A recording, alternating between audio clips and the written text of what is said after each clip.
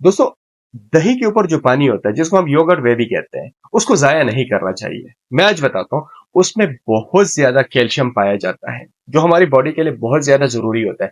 दूसरा, उसमें vitamin B12 होता है। विटामिन B12 जिन दोस्तों के हाथ-पाँव में जलन होती है या चुभन होती है या बहुत ज़्यादा काँटे चुभते हैं, तो ये विटामिन B12 की कमी हो सकती है। तो वो उसकी कमी को पूरा करने के वो जो है योगर्ट वे दही का जो पानी है वो बेहतरीन है।